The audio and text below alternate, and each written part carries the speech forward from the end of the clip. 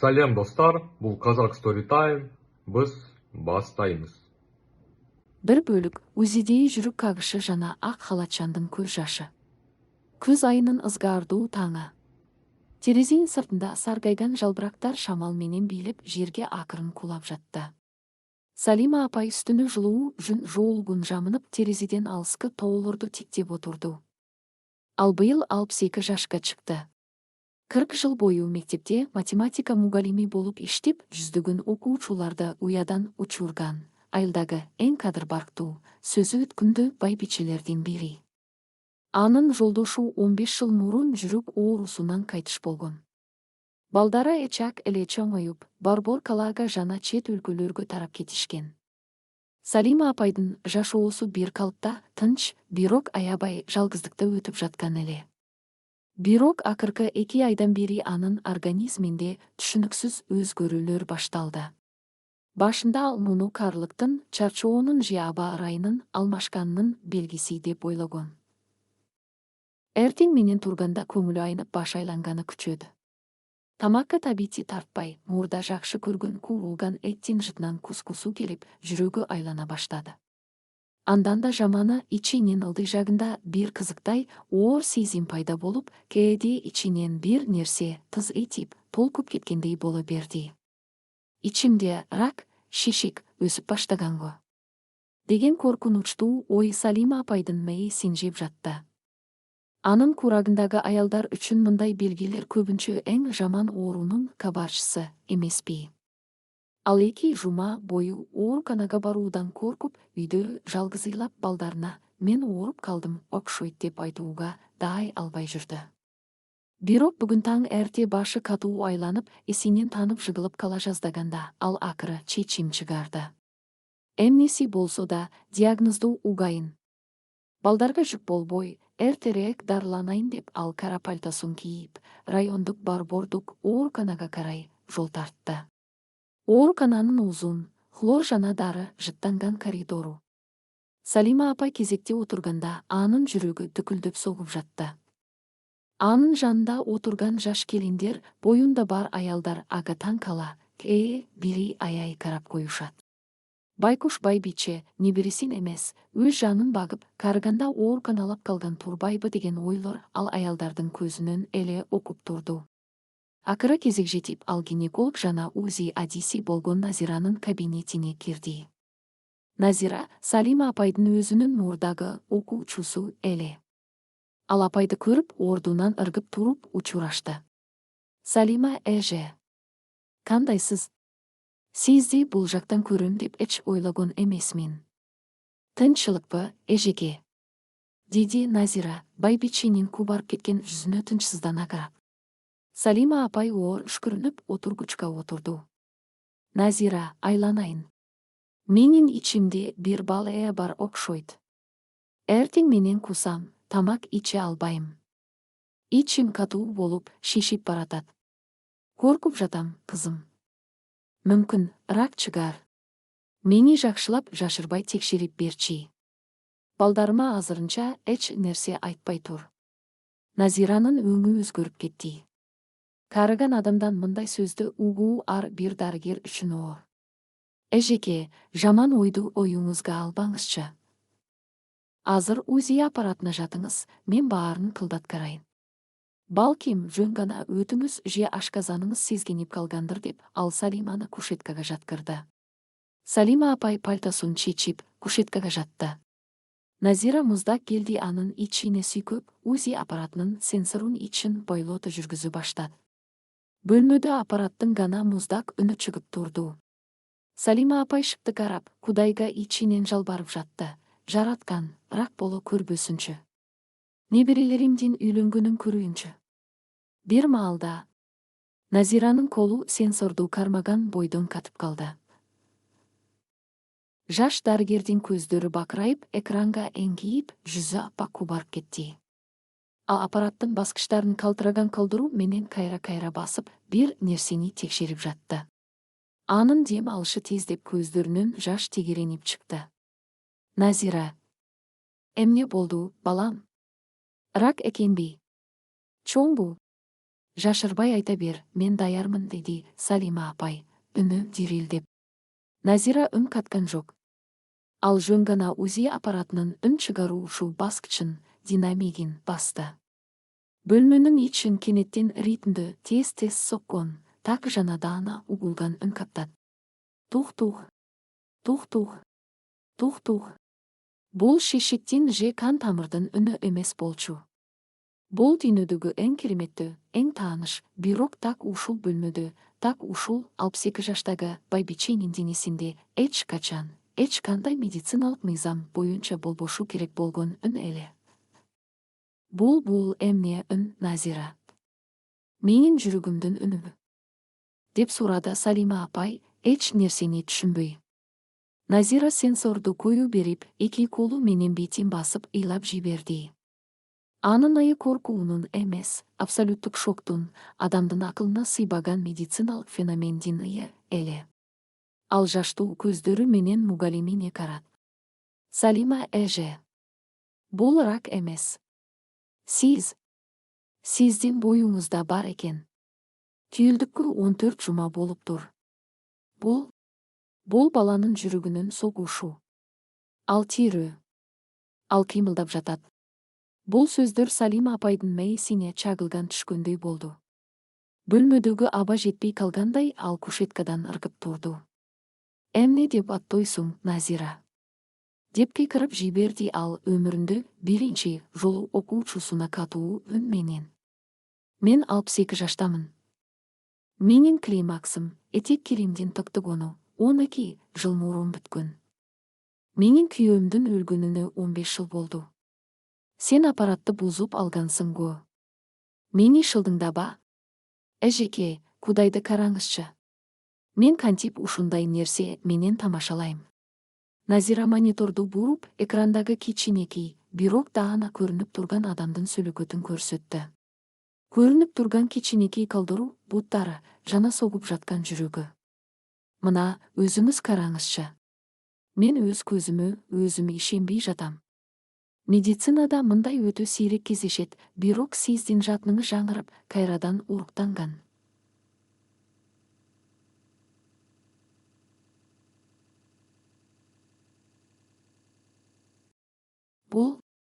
Бул чыныгы керемет.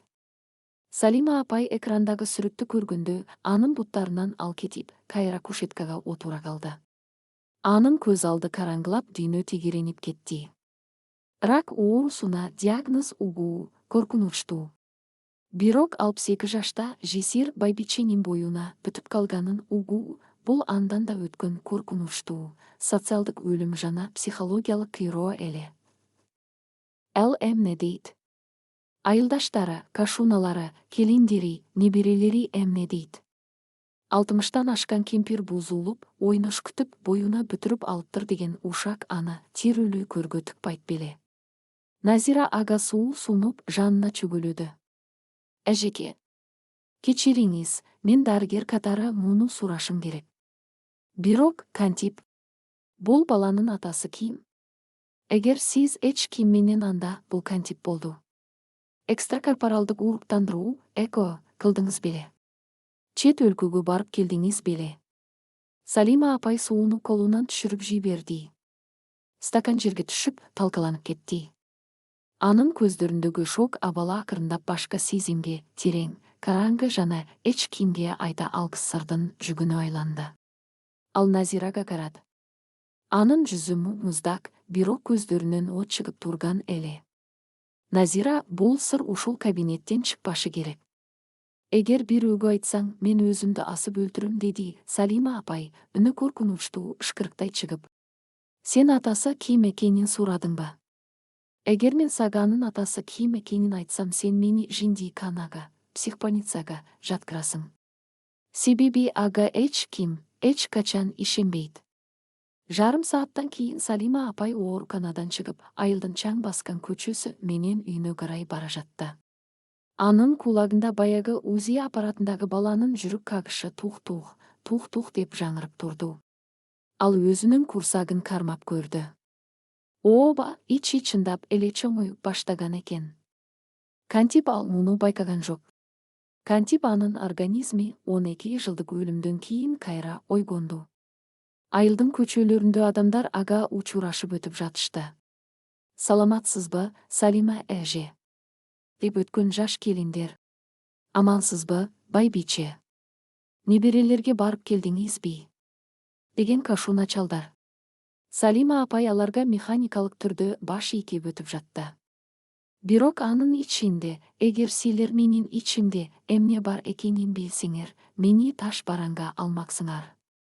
Деген ой кыйнап жатты.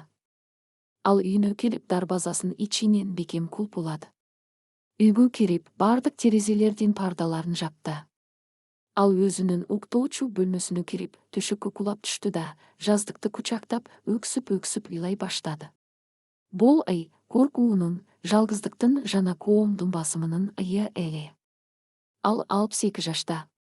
Бул баланы кантип төрөйт? Төрөсө да кантип багат? Адамдарга эмне деп түшүндүрөт? Анын уулу 40 жашта, кызы 35те. Неберелери мектепте окуйт. Салима апай ордунан туруп, эски жыгач шкафтын жанына барды. Ал шкафтын эң түбүнөн кийимдердин астына катылган кичинекей темир өкөктү шкатулканы алып чыкты. Анын колдору калтырап, өкөктүн кулпусун ачты. Өкөктүн ичинде алтын же акча эмес, саргайып кеткен эски сүрөттөр, сыр убагындагы конверттер жана бир кичинекей, кара түстөгү ампулага окшогон медициналык айнек идиштин сыныгы жаткан эле. Салима апай ошол эски сүрөттөрдүн бирин колуна алды. Сүрөттө аскер формасын кийген, көздөрү өткүр, жылмайып турган 20 жаштар чамасындагы жаш жигит жана анын жанында гүл кармап турган 18 жаштагы жаш Салима туруптур. Бул сүрөттөгү жигит анын кайтыш болгон күйөөсү эмес болчу. Бул жигит мындан 40 жыл мурун 1980 жылы Афган согушуна кетип, ошол жактан дайынсыз жоголду деген кара кагаз келген.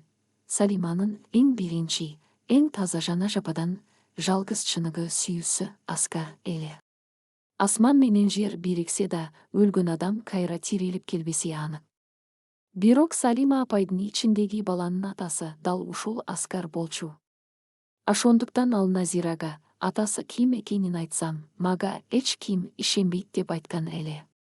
40 жыл мурун дайынсыз жоголгон, өлгөн деп эсептелген адамдан 62 жаштагы жесир аял кантип боюна бүтүрүп алды. Бул жерде кандайдыр бир мистикалык күчпү, же андан да коркунучтуу, эч ким билбеген мамлекеттик медициналык сыр жатабы? Салима апай сүрөттү көкүрөгүнө кысып терең үшкүрдү. Сен кайра келдиң. Бирок эмнеге мынча кеч, аскар? Мен эми бул тирүү жанды кантип сактап калам? Деп шыбырады ал, көз жашы эски сүрөткө тамып. Бул убакта сыртта жамгыр төгүп чагылган түштү. Салиманын сыры жана анын боюндагы керемет камчылыкка ачыла турган күн алыс эмес болчу. Алдыда аны өз балдарынын, коомдун жана журналисттердин соту күтүп турган эле, 2 бөлүк, жамгырдагы арбак жана 40 жылдык сагыныч. Уктоочу бөлмөнүн ичиндеги жымжырттыкты терезени сабаган күзгү жамгырдын үнү гана бузуп турду. Салима апай колундагы саргайган сүрөттү көкүрөгүнө бекем кысып керебетте бүршүп отурду. Анын көз алдына мындан 4 ай мурунку жаздын дал ушундай нөшөрлөп жааган түнү тартылды. Бул түндө ал эч качан, эч кимге айткан эмес. Балдарына да, кашуналарына да, жада калса өзүнүн көлөкөсүнө да сыр кылган. Себеби ал түнү босогосун аттаган адам, бүтүндөй айыл үчүн, мамлекет үчүн, расмий документтер боюнча 1980 жылы Афганстандагы Паншер капчыгайында учуп, сөөгү табылбай калган маркум болчу. 4 ай мурун, май айы. Ал түнү күн күркүрөп, электр жарыгы өчүп калган эле. Салима апай мешке от жагып, жалгыз телевизор көрүп отурган. Түнгү саат 1 чамасында караодогу ит, алабай, катуу үрүп, бирок дароо эле үнүн басып, кимдир бирөөнү тааныгандай кыңшылап калды. Андан көп өтпөй, терезенин айнегин бирөө акырын, бирок чечкенде тукулдатты. Тык, тык, тык. Бул кадимки тыкылдатуу эмес эле.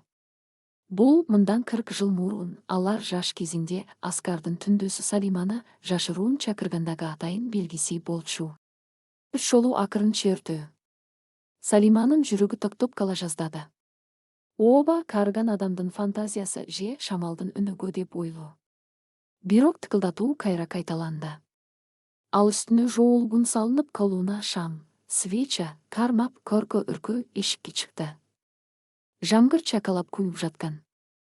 Дарбазанын алдында узун бойлуу, бирок бели бир аз бүкүрөйгөн, үстүнө эски, суу болгон пальто кийген, таяк таянган бир карыя туруптур. Шамдын алсыз жарыгы анын жүзүнө түшкөндө Салиманын бутунан ал кетип, босогуга жыгылып чүй жаздады. Карыянын сол көзү жок, ордунда терең тырк калган. Бети башын бырш баскан, чачтары аппак кардай. Бирок анын жалгыз, оң көзү. Ал көздөрдөгү от, ал көздөрдөгү чексиз, 40 жыл бою өчпөгөн сүйүү менен муңду Салима миңдеген адамдардын ичинен да таанып алмак. Салима, деди карыя, үнү каргылданып жаңгырдын үнүнө аралашып. Бул үн маркум күйөөсүнүн үнү эмес болчу. Бул анын 18 жашындагы биринчи сүйүүсү, Аскардын үнү эле. Мен келдим, Салима, кечир, мени өтө кеч келгеним үчүн кечир. Салиманын колундагы шам жерге түшүп өчүп калды. Ал жамгырдын алдында туруп, өз көзүнө өзү ишенбей, калтыраган колдору менен карыянын бетиндеги тырыктарды кармалап көрдү. Бул арбак эмес. Бул жылуу, тирүү, дем алып жаткан адам эле. Аскар, сен тирүүсүңбү? Салиманын үнү өккөсүнөн жарылып чыгып, ал Аскардын суу болгон пальтосуна жүзүн катып, өксүп ыйлап жиберди. Ал Аскарды үйгө киргизип, эшикти бекем кулпулады. Ал түн алар мештин жанында таң аткыча отурушту. Аскардын тагдыры адам чыдагыс, үрүй учурарлык эле. Аны 1980 жылы өлтүрүшкөн эмес. Ал туткунга түшүп, контузия алып, эс тутумун жоготкон экен. Аны Пакистандын таулорундагы жашыруун лагерге алып кетишип, ондогон жылдар бою кулчулукта. Таш кенип, мал бактырып иштетишкен. Ал ким экенин, кайдан келгенин унутуп калган.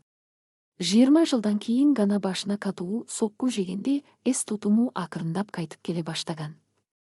Бирок качууга мүмкүнчүлүк болгон эмес. Акыры, карыганда анын кереги жок болуп калганда гана ал лагерден качып чыгып, чек араларды мыйзамсыз кесип, жөө жалаңдап, телемчи болуп жүрүп, өз мекенине, өз айылына 40 жылдан кийин аран жетип келген эле. Мен сенин турмушка чыкканыңда, жолдошуңдун жакшы адам болгонун, балдарың бар экенин сураштырып билдим, деди Аскар, Салиманын бырш баскан колдорун өзүнүн чор баскан туу колдору менен кармап. Анын жалгыз көзүнөн жаш куюлуп жатты. Мен сенин жашооңду бузгум келген жок. Мени баары өлгөн деп билишет. Мен мамлекет үчүн да, эл үчүн да арбакмын. Менин өпкөмдө рак бар, Салима, мага саналуу гана күндөр калды. Мен өлүм алдында сени бир гана жолу көрүп, сенин жытыңды искеп, анан унчукпай кетип калайын деп келдим. Бул сөздөр Салиманын жүрөгүн мен тилип салды. Ал Аскарды кучактап энедей боздоду. 40 жылдык сагыныч, 40 жылдык көз жаш ушул түнү агып чыкты. Алар 3 күн, 3 түн үйдөн чыкпай, сырткы дүйнөдөн толук изоляцияда болушту. Салима үчүн ал 3 күндө жашоо тактып калгандай болду. Ал 62 жаштагы жесир кемпир эмес, кайрадан баягы 18 жаштагы, Аскардын алдында кызарып, сүйүүдөн башы айланган жаш кызга айланды. Эки карыган, жаралуу, өмүрдүн этегине келген адамдардын ортосундагы сезим эч кандай физиологиялык мыйзамдарга баш ийген жок. Бул табияттын мыйзамы эмес, жалаң гана Кудайдын кудурети менен, чексиз рухий жана физикалык биригөө эле. Ошол түндөрү Салиманын организми 12 жылдык уйкудан ойгонуп, жаштыктын гормондору мээсине буйрук бергендей биологиялык саат артка бурулганын ал өзү да сезген эмес. 4-чү күнү таңга маал Салима ойгонсо. Аскар жок эле. Анын ордунда жаздыктын үстүндө кичинекей кат жана жогорудагы сүрөт жаткан. Жаным, менин жалгызым. Мен сени менен кайра жаралып, кайра өлдім. Мен сенин балдарыңа, неберелериңе жүк болгум келбейт. Коомдун ушагына сени калтырбайм. Мен тоого кеттим, өз ажалымда ошол жактан тосом. Мени издебе. Мен сени түбөлүк сүйөм. Аскар ошол бойдон жок болду. Салима аны издеген жок, анткени ал Аскардын чечимин сыйлады. Ал аны жүрөгүнө түбөлүк көмүп калган өмүрүн неберелерине арнайын деп ойлогон. Бирок Кудайдын планы таптакыр башкача болгон экен. Аскар Салимага жөн гана сүрөт таштап кеткен эмес. Ал өзүнүн уландысын, алардын 40 жыл кечиккен сүйүүсүнүн мөмөсүн тирүү жанды анын курсагына калтырып кеткен болчу. Азыркы убакыт. Октябрь. Салима апай эскерүүлөрдөн suurулуп чыгып, колундагы сүрөттү кайра көккө салып, бекем кулпулады. Анын башы катуу ооруп чыкты. Буга ким ишенет? Ким? Деп өксүдү ал үн чыгара. Балдарыма, атаңар эмес, 40 жыл мурун өлгөн Аскар деген арбак келип, мага бала калтырып кетти десем, мени шылдыңдашат. Алар мени акылдан адашкан, жинди кемпир деп түз эле психиатриялык ооруканага алып барышат. Дал ушул учурда кароонун сыртынан катуу сигналдын үнү угулду. Алабай ит жуулунуп үрө баштады. Салима апай терезенин пардасын акырын ачып караса, дарбазанын алдына кымбат баалуу, капкара крузер Toyota Land Cruiser келип тактоптур. Машинадан анын улуу Бакыт түшүп келе жатты. Анын артынан келини Айнура да көрүндү. Бакыт Барбор калада чоң кызматта иштеген, бай, катуу мүнөздүү жана коомдогу өзүнүн статусун эл эмне дейт деген пикирди бардыгынан жогору койгон адам эле. Анын капсынан эскертпей келип калганы Салима апайдын үрөйүн учурду. Салима апай тез эле көз жашын аарчып, халатын оңдоп, ичин билдирбеш үчүн үстүнө кең, чоң жүн кофтасын кийип алды. Ал эшикти ачып, балдарын тосуп чыкты. О, айланайын балдарым. Тынччылыкпы, эскертпей келип калыпсыңар? Деди Салима апай, үнүн кадимкидей чыгарууга аракет кылып, бирок жүзүндөгү кубарган өңүн жашыра алган жок. Бакыт апасынын бетинен өп, бирок аны сыдыра карап, кабагын чытыды. Апа, сизге эмне болгон? Өңүз боп-бозго. Ооруп жатасызбы? Деди уулу, басагадон аттап жатып. Ооба, апа, сиз аябай арыктап, көздөрүңүз кирип кетиптир. Телефондон да үнүңүз бир кызыктай чыгып жаткан. Бакыт экөөбүз сарсанаа болуп, сизди шаарга өзүбүзгө алып кетели деп келдик, деп кошумчалады келини Айнура. Анын колундагы сумкаларын алып, Салима апайдын жүрөгү шук дей түштү. Шаарга барса, Бакыт аны сөзсүз эң кымбат клиникаларга алып барып, толук текшерүүдөн ымырт УЗИ өткөрмөк. Анан ал сырдын бети ачылмак. Жок, айланайындар. Эч жакка барбайм. Мен сапсак элемин. Жөн эле кан басымым, давление көтөрүлүп, күз келип, муундарым сыздап жатат, ошого чарчаңкы көрүнүп жатам, деп Салима апай жасалма күлүмсүрөп, аларды төргө өткөрдү. Мен силерге чай коюун. Бакыт пальтосун чечип жатып, апасын тактотту. Апа, коюңузчу. Биз жаш бала эмеспиз го. Сиздин басыгыңыз да өзгөрүп калыптыр. Курсагыңыз да бир аз чыгып калганбы? Суук тийгизип, ичиңизге суу толуп, асцит калган жокпу? Эртең менен шаарга жөнөйбүз. Мен республикалык диагностика борборунан эң мыкты врачтарга кезекке жаздырып койдум. Баарын баштан аяк текшертебиз. Салима апайдын колундагы чайник чайпалып кетти. Бакыт, мен сага барбайм дедим го. Деп ал үнүн бир аз катуу чыгарып жиберди. Бул анын табиятына таптакыр туура келбеген нервдүүлүк эле. Мени тынч койгула. Мен өзүмдүн райондук ооруканамдан эле текшерилип жатам. Баары жайында. Бакыт менен Айнура бири-бирине таң кала карашты. Апасы эч качан аябай катуу сүйлөчү эмес. Анын мындай агрессиясы Бакыттын шектенүүсүн угу бетер күчөттү. Апа, райондук ооруканадагы чала сабат врачтар эмнени билет эле? Деди Бакыт үнүн көтөрүү. эгер сизде рак же шишик болсочу. Сиз эмне бизге жүк болуудан коркуп жатасызбы? Мен сизге эч нерсемди аябайм. Биз эртең кетебиз, болду, чечим кабыл алынды. Мен кош бойлуумун. Деген сөз Салима апайдын оозунан кандайча учуп чыкканын өзү да байкабай калды. Үйдүн ичиндеги убакыт тактып калгандай болду. Чайниктин буусу гана көтөрүлүп жатты. Бакыттын да, Айнуранын да көздөрү алайып, ооздору ачылып, демдери ичине тыгылып калды. Алар апасынын сөзүн туура эмес угуп алдыкпы дегендей бири-бирине карашты. Эмне дедиңиз, апа? Бакыттын үнү калтырап чыкты. Ал күлүп жибере жаздап кайра токтоду. Кандай? Кош бойлуу? Сиздин башыңызда ысык ууруп калганго. Апа, сизге 62 жаш. Сизде рактын метастазасы мээңизге жетип, галлюцинация болуп жатасызго. Салима апай дирелдеген калдыруу менен үстүндөгү чоң кофтасын чечип, ичин көрсөттү. Чынында эле, анын ичи билинип, тоголоктонуп чыгып калган эле. Бул шишик эмес, бакыт. Мен бүгүн өзүгө түштүм. Ичимдеги бала 14 жумалык болуптур. Анын жүрөгү согуп жатат. Мен дагы эне болом. Айнура эки колу менен оозун басып креслого шалак этип отура калды. Ал эми бакыттын жүзү кыпкызыл болуп, тамырлары чыгып кетти. Анын мээсиндеги калыптанган логикалык дүйнөсү талкаланып жаткан эле. Бул биологиялык жактан мүмкүн эмес. Андан да маанилүүсү бул уят. Бул бүтүндөй үй бүлөнүн, анын министрликтеги кадр баркынын жер менен жексен болушу эле. Апа, сиз эмне деп оттой баштадыңыз? Бакыт столду муштуму менен бир урду. Чөйчөктөр секирип кетти. Кандай бала? Кимден?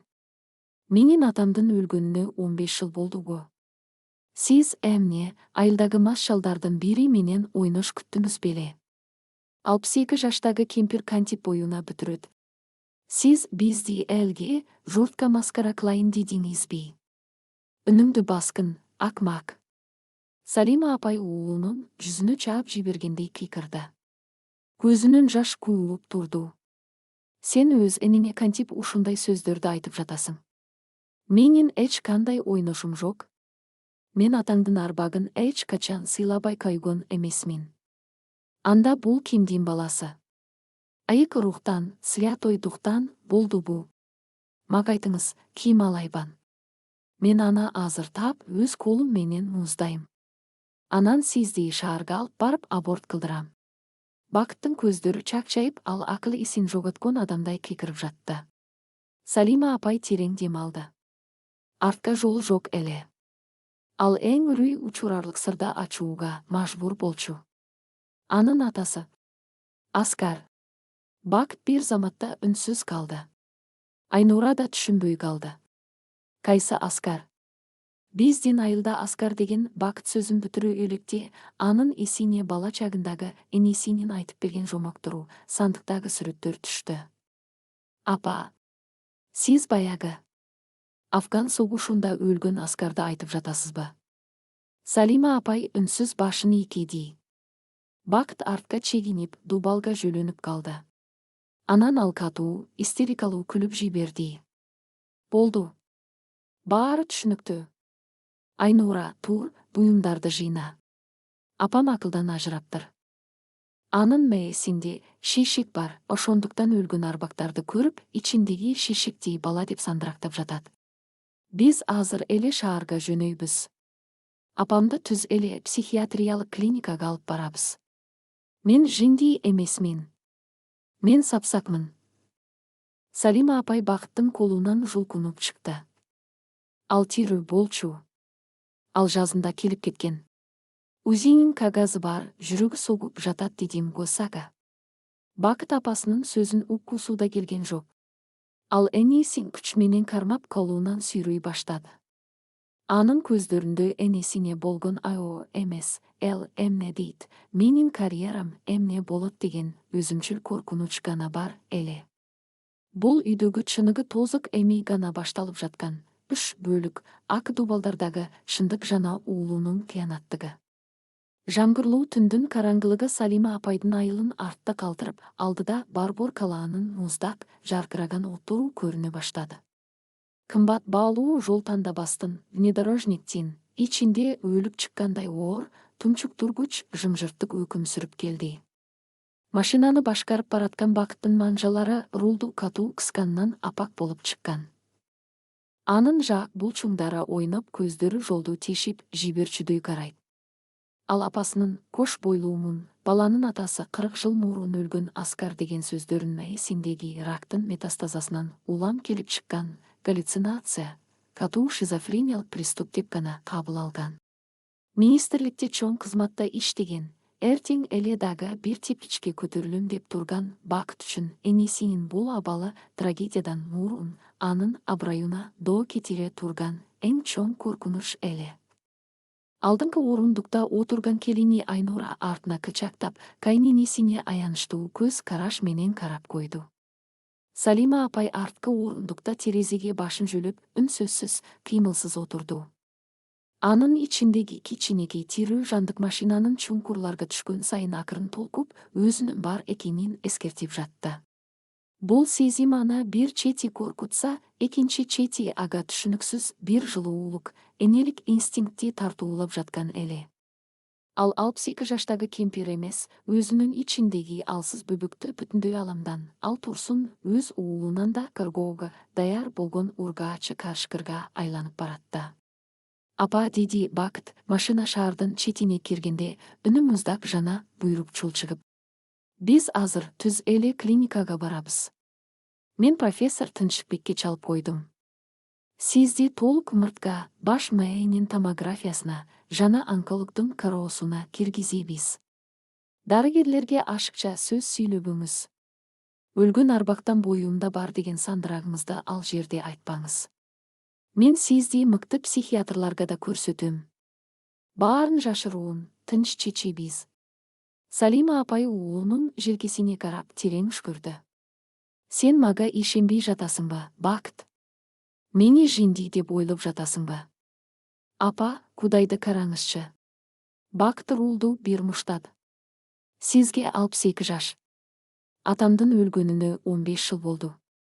Аскар деген неме Афган согушунда сөөгү чирип жок болгон. Сиздин мээңизге шишик чыгып, ошол эски эскерүүлөрдү реалдуулук менен алмаштырып жатат. Бул медицинада кездешет. Мен сиздин шишигиңизди алдыртам, эртең эле операция столуна жатасыз. Салима апай унчуккан жок. Ал курсагын эки колу менен бекем кучактап алды. Эртең көрүүсүң. Ким жинди экенин эртең көрүүсүң деп ойлоду ал ичинен. Барбор калаадагы эң кымбат, элиталык жеке менчик клиника. Түнкү саат 1 болгонуна карабастан, клиниканын эшигинде Бакытты күтүп атайын дарыгерлер тобу даяр турган. Жаркыраган ак дубалдар, эң акыркы үлгүдөгү медициналык аппараттар жыттанган бул жерде карапайым адамдар эмес, өлкөнүн каймактары дарланчу. Салима апайды майыптар коляскасына отургузуп, ал өзү басам десе да Бакыт болбой койду, түз эле палатага алып киришти. Профессор Тынчыкбек 50 жаштардагы тажрыйбалуу, токтоо онколог-гинеколог Бакыт менен коридордо сүйлөшүп турду. Бакыт мырза, сиз айткан симптомдор кусуу, ичтин чоңоюшу, асцит жана галлюцинация. Бул энелик бездин ракынын, рак яичников, үшүн. Биз азыр УЗИ кылып, анан мыртка салабыз. Эгер шишик болсо, тезинен консилиум түзөбүз. Акчасы маанилүү эмес, байке. Эң негизгиси, апамдын башындагы ал Арбактын баласы деген сандырагын тезирээк токтотуп, шишикти алып салуу керек. Менин аброюма шек келбеши керек, түшүнүп жатасызбы? Бул маалымат клиникадан сыртка чыкпасын, деди Бакыт, профессордун колун катуу кысып. Профессор баш ийкеп УЗИ бөлмөсүнө кирди. Бөлмөдө жарык өчүрүлүп, монитордун гана көк жарыгы Салима апайдын кубарган жүзүнө түшүп турду. Бакыт менен Айнура бөлмөнүн бурчунда демдерин ичине катып карап турушту. Профессор Салима апайдын ичине муздак келди сүйкөдү. Кана эмесе, коркпоңуз.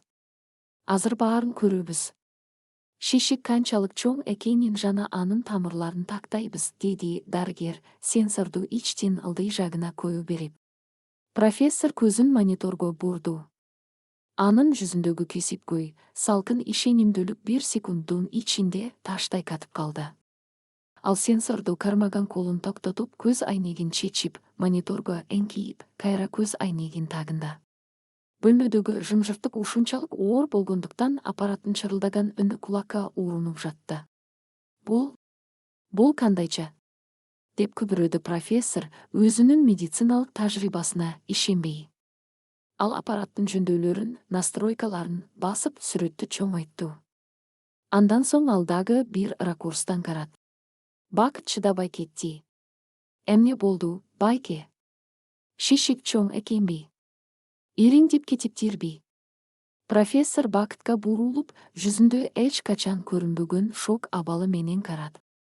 Бакыт мырза, бул шишик эмес. Анда эмне? Миомабы? Кистабы? Бакыттын үнү катуулап чыкты. Профессор терең дем алып, сенсорду Салима апайдын ичине кайра койду да, аппараттын үнүн, динамигин эң жогорку деңгээлге көтөрдү. Бөлмөнүн ичин кенеттен дүңгүрөткөн так жана ритмдүү үн каптат. Дүк-дүк, дүк-дүк, дүк-дүк, дүк-дүк. Бул үн ак дубалдардын арасында жаңырып, Бакыттын мээсине балка менен ургандай тийди.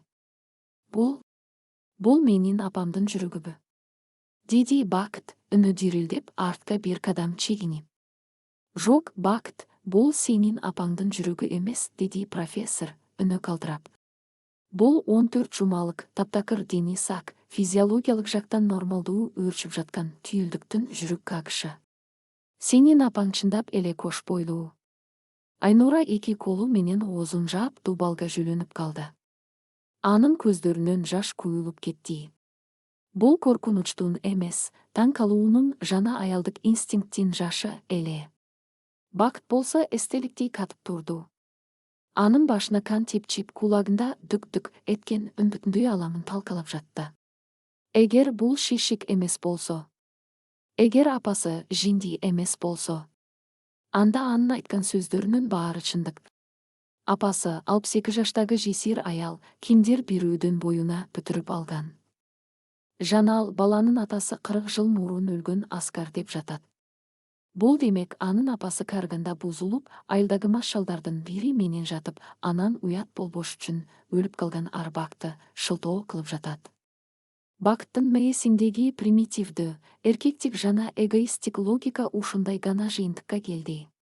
Ал апасынын сүйүүсүнө, кереметке ишенгиси келген жок. Анын көзүнө жалаң гана уят жана маскара деген сөздөр көрүндү. Өчүрүңүз аны, деп бакырды Бакыт, профессордун колундагы сенсорду жулуп ыргытмакчы болуп. Бул калп. Аппаратыңыз бузук. Менин апам 62-де. Ал төрөй албайт. Бул физиологиялык жактан мүмкүн эмес. Бакыт мырза, тынчтаныңыз. Профессор аны көкүрөгүнөн түрттү. Медицинада мындай өтө сейрек, бирок дүйнөлүк практикада кездешкен учурлар бар. Организмдин гормоналды кайра жаралуусу, ревитализация болушу мүмкүн. Бул чыныгы керемет. Бул бала тирүү. Бакыт кутурган немедей көздөрү чакчайып, кушеткада жаткан энесине карат. Салима апайдын көздөрүнөн жаш куюлуп, бирок ал курсагын эки колу менен бекем жаап, уулунун тике карап турду. Бул көз карашта мурункудай коркунуч жок эле. Эми ал өзүнүн ичиндеги жанына жоопкерчиликти сезген күчтүү эне болчу. Апа, сиз бизди элге шылдың кылдыңыз. Бакыттын үнү жөк көрүүгө жана ачууга толуп турду. Сиздин курагыңыздагы кемпирлер небере багып, жайнамаздын үстүндө отурат. Сиз болсо кайсы бир селсаяк чалдын астына жатып, эми арбактан болду деп менин башымда айлантып жатасызбы? Менин министрликтеги креслом эмне болот? Журналисттер билсе эмне болот? Мени бүтүндөй өлкө шылдыңдайт. Бакыт. Салима апайдын үнү бөлмөнү титиретип жиберди. Ал ордунан ыргып туруп, халатын жапты. Анын үнүндө эч качан болбогон каардуулук бар эле. Сен өз энине ушундай сөз айтууга кантип дитиң барды? Мен сени 9 ай көтөрүп, жалгыз баккам. Менин намысым сенден да бийик. Бул баланын атасы Аскар. Ал тирүү болчу, ал келген. Ишенсең ишен. Ишенбесең жогол көзүмдөн. Бакыт апасын бийликтен катуу кармады. Анын манжалары Салиманын этине батып кетти. Мага жомугуңуздун кереги жок. Биз азыр эле ушул мүнөттө аборт жасайбыз. Ал профессорго бурулду. Канча акча керек болсо төлөйм? Бул уят нерсени азыр эле алып саласыздар. Кесип ыргыткыла. Эч ким билбеши керек. Колуңду тарт. Салима апай уулунун колун бар күчү менен жулкуп алды. Ал Бакыттын бетине шапалак менен тартып жибергиси келди, бирок энелик мээрими жол берген жок. Бул менин балам. Менин каным. Эгер ага бир өңүр колуңарды тийгизсеңер, мен ушул жерден терезеден боюмду таштайм. Профессор Бакыттын алдына турду. Бакыт мырза, сиз кылмыш кылууну талап кылып жатасыз. 14 жумалык түйүлдүктө энесинин уруксаты жок, анын үстүнөдөн соолугу таза туруп алдырып салуу бул мыйзамга каршы келет. Жана мен мындай кереметти өлтүрүүгө эч качан жол бербейм. Бул феноменди бүткүл медицина изилдеши керек. Бүткүл медицина изилдеши керек деген сөз Бакыттын эң чоң коркунучун ойготту. Бул демек, эртең эле гезит журналдар, телеканалдар 62 жаштагы кемпир боюна бүтүрдү. Министрдин орун басары Бакыттын энеси уят ишке барды деп жазып чыгышат дегенди билдирген. Айнура. Апамдын кийимдерин ал. Биз башка клиникага кетебиз. Жеке менчик, эч ким билбеген жерге барып тазалатабыз. Деп бакырды Бакыт. Айнура ордунан жылган жок. Ал биринчи жолу күйөөсүнө каршы чыкты. Бакыт. Тактачу мунуңду.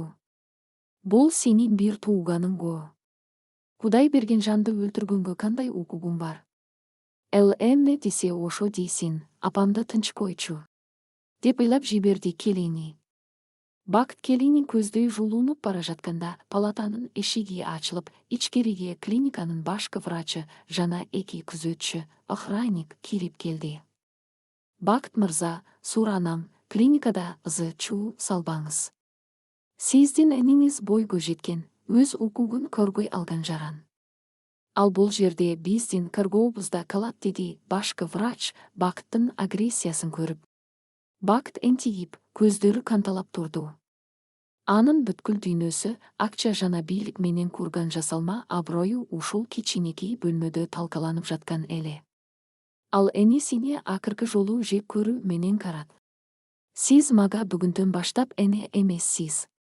Сиз мени тирүүлүү өлтүрдүңүз. Мен сиздин бул уят ишиңизге аралашпайм. Эмне кылсаңыз ошол кылыңыз. Ошол мас чалыңыз менен көчөдө калыңыз. Деп ал эшикти катуу жаап чыгып кетти. Айнура апасын бир кучактап күйөөсүнүн артынан чуркап чыкты. Бөлмөдө Салима апай дарыгерлер менен жалгыз калды. Ал кушетканын четине отуруп, 2 колу менен бетин басып үнсүз ыйлап жатты. Бул эң жакын адамынан, өз канынан бүткөн уулунан көргөн кыянаттыктын ыя эле. Бирок эң жаманы алдыда болчу. Медициналык клиника бул сыр сакталбаган жер. Профессордун УЗИ жасап жаткандагы шок абалы, Бакыттын коридордогу бакырыгы жана күзөтчүлөрдүн аралашуусу, клиникадагы нөмөттө турган медайымдардын, медсестралардын. Эшиктин кичигинен карап турган жаш медайымдардын бири Бакыттын 62 жаштагы энем боюнда бар экен деген сөзүн телефонуна жаздырып, ал эле эмес, Салима апайдын палатасына кирип чыккан профессордун УЗИ кагазынын сүрөтүн уурдап тартып алган Таң атканда Бакыт өзүнүн кабинетинде баш оорусун баса албай отурганда анын телефонуна WhatsApp аркылуу ондогон билдирүүлөр келе баштады. Ошол жаш медайым сүрөттү өзүнүн курбуларына жөнөтүп, ал топтон топко тарап, 1 сааттын ичинде бүтүндөй борборкаларга, андан ары интернет айдыңына чагылгандай тарап кеткен болчу. Шок. 62 жаштагы кыргыз аялы кош бойлуу. Бұл кереметпей же ұятпы деген темалар менен Instagram пабликтер, жаңылықтар сайттары жарылып жатты. Анданда жаманы, бирөөлөр Салима апайдың ким экенин, анын уулу министрликте иштей турганын таап чыгышкан. Коомдук резонанс башталды. Журналисттер клиниканын эшигин торуп, интервью алууга жулунуп жатышты. Бир дини фанатиктер бул акыр замандын бергиси, шайтандын иши деп бакырса, медицина дүйнөсү муну изилдөө үчүн чет өлкөдөн бери чалып жатышты. Айылдагы кашуналары, туугандары бакытка чалып, апаңа эмне болгон? Кимден бузулду деп сураккала башташты. Салима апай үчүн нагыз психологиялык тозук эми гана эшигин ачкан эле. Ал эми өзүнүн карыган, чарчаган денесинде жаңы өмүрдү гана эмес, бүткүл коомдун же көрүсүн, шылдыңын жана өз уулунун саткындыгын көтөрүүгө мажбур болчу. Бирок анын ичиндеги баланын атасы ким экенин алдагы эле массалык маалымат каражаттарына айта элек болчу. Эгер ал бул баланын атасы 40 жыл мурун Афганстанда өлгөн Жокер деп айтса, дүйнө андан бетер оодарылып кетмек. Анткени сырдын эң коркунучтуу чети дагы эле ачыла элек болчу. Аскар тирүүбү? Ал кайра кайтып келеби? Же Салима бул азапка жалгыз туруштук береби? 4 бөлүк жалган дүйнөнүн соту жана телекамера алдындагы сыр. Барбор калаанын таңы эч качан мындай ызы-чуу жана дүрбөлөң менен аткан эмес эле. Элиталык клиниканын алдында ондогон телеканалдардын машиналары, гезит журналдардын кабарчылары, блогерлер жана жөн гана кызыккан элтополк. Алардын бардыгынын колунда камера, микрофон жана телефондор. Түндө тараган УЗИнин сүрөтү жана 62 жаштагы кыргыз аялынын боюнда бар деген сенсациялуу кабар бүтүндөй өлкөнү, ал турсун коңшу мамлекеттердин да маалымат мекендигин жарып өткөн болчу.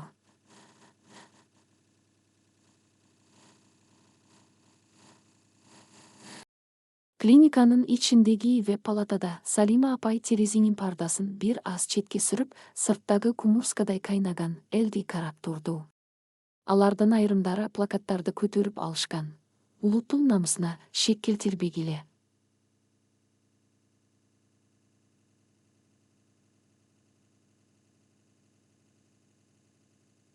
Медициналык керемет, дин бузулду. Ар ким өз чындыгын, өзүнүн тар түшүнүгүн кыйкырып жатты. Салима апайдын жүрөгү мыкчылып көзүнөн жаш тегеренди. Бул эл анын ичиндеги тозокту, анын 40 жылдык сагынышын кайдан билсин? Алар үчүн ал болгону карганда бузулган, уятсыз кемпир же болбосо медициналык изилдөө үчүн эксперименттик чычкан гана эле. Профессор Тынчтыкбек палатага шашылып кирди. Анын жүзү чарчаңкы, көздөрүнүн асты шишип калган, түнү менен клиниканын жетекчилиги менен жыйын өткөргөнү көрүнүп турду. Салима эже, абалыңыз кандай? Кан басымыңыз көтөрүлгөн жокпу? Деп сурады ал тонометрди алып чыгып. Сырттагыларды карабаңыз. Мен клиниканын күзөтүн күчөттүм. Сизге эч ким кире албайт. Салима апай керебетке отуруп, терең үшкүрдү. Тынчтыкбек айланайын, менин кан басымым эмес, менин жаным ооруп жатат. Бакыттан кабар барбы? Уулум. Ал эмне кылып жатат? Профессор көзүн ала качты. Ал колондагы аппаратты жыйнап жатып, оор дем алды.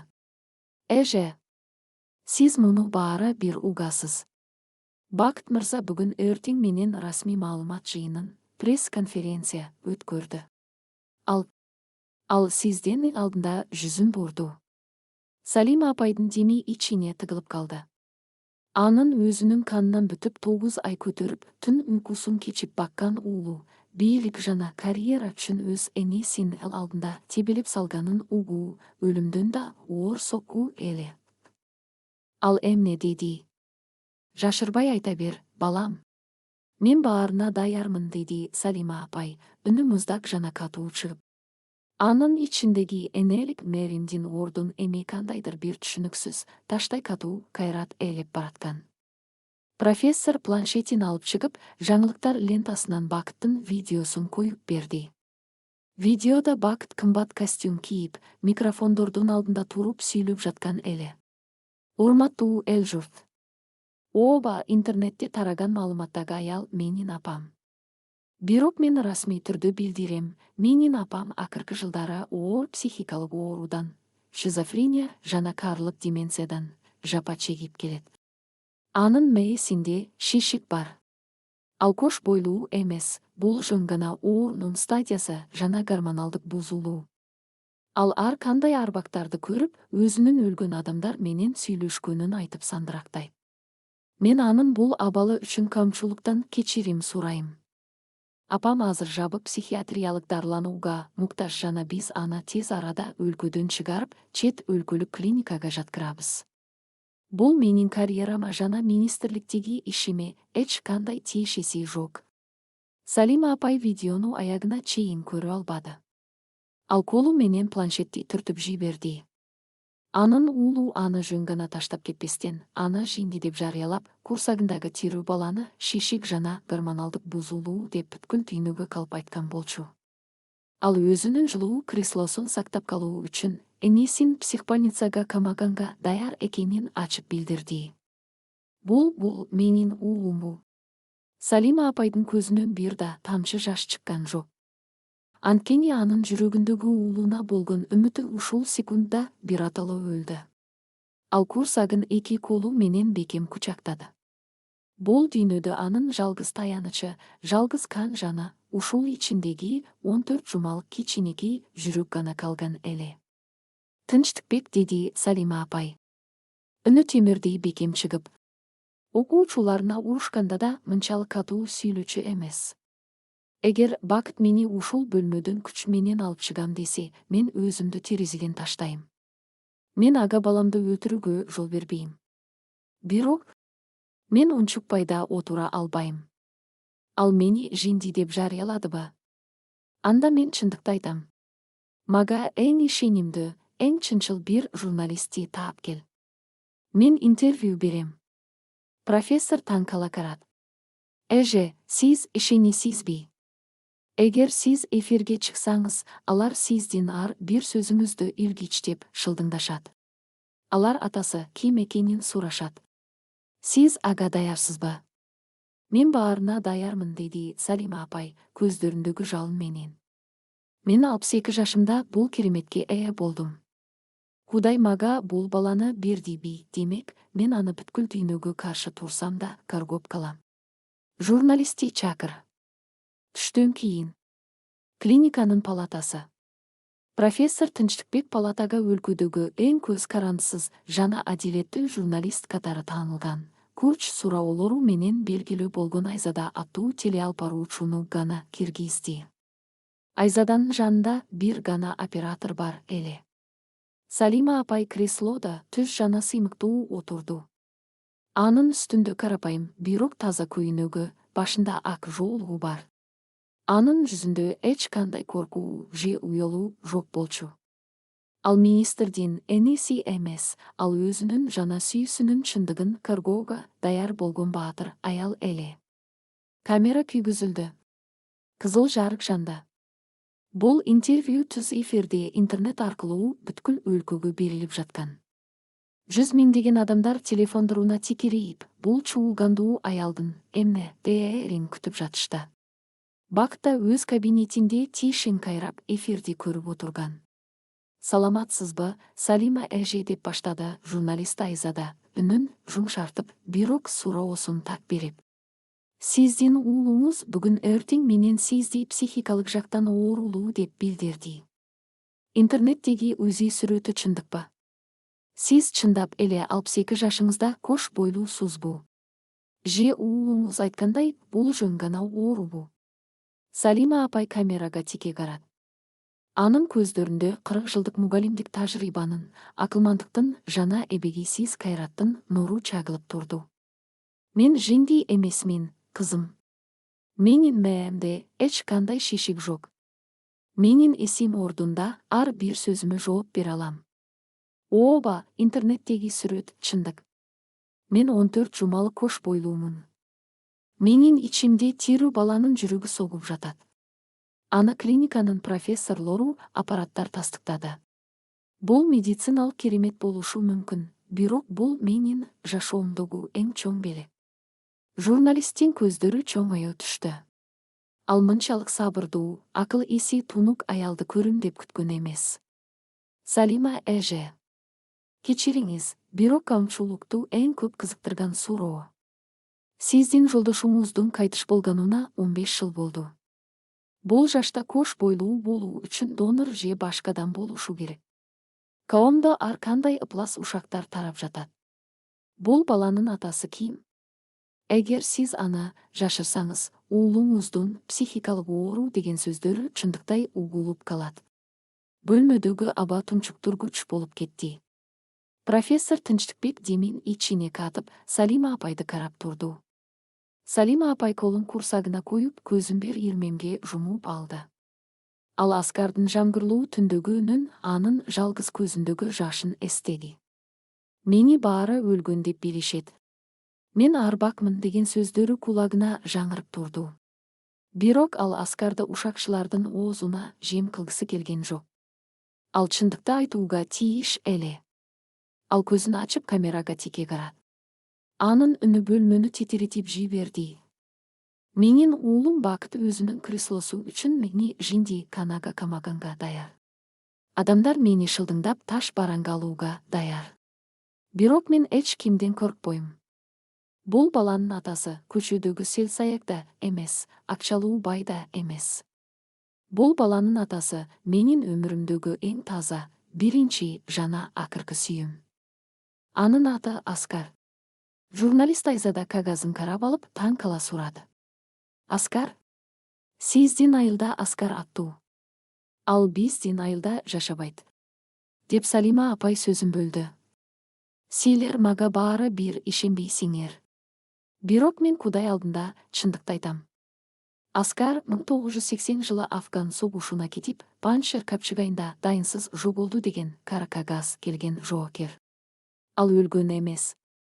Ал 40 жыл бою Пакистандын тауларында туткунда, кульчулукта жүргөн. Ал ушул жазда май айында качып келип, менин босогомду аттат. Ал тирүү. Ал менин жанымда 3 күн болду. Биздин 40 жылдык сагынышыбыз.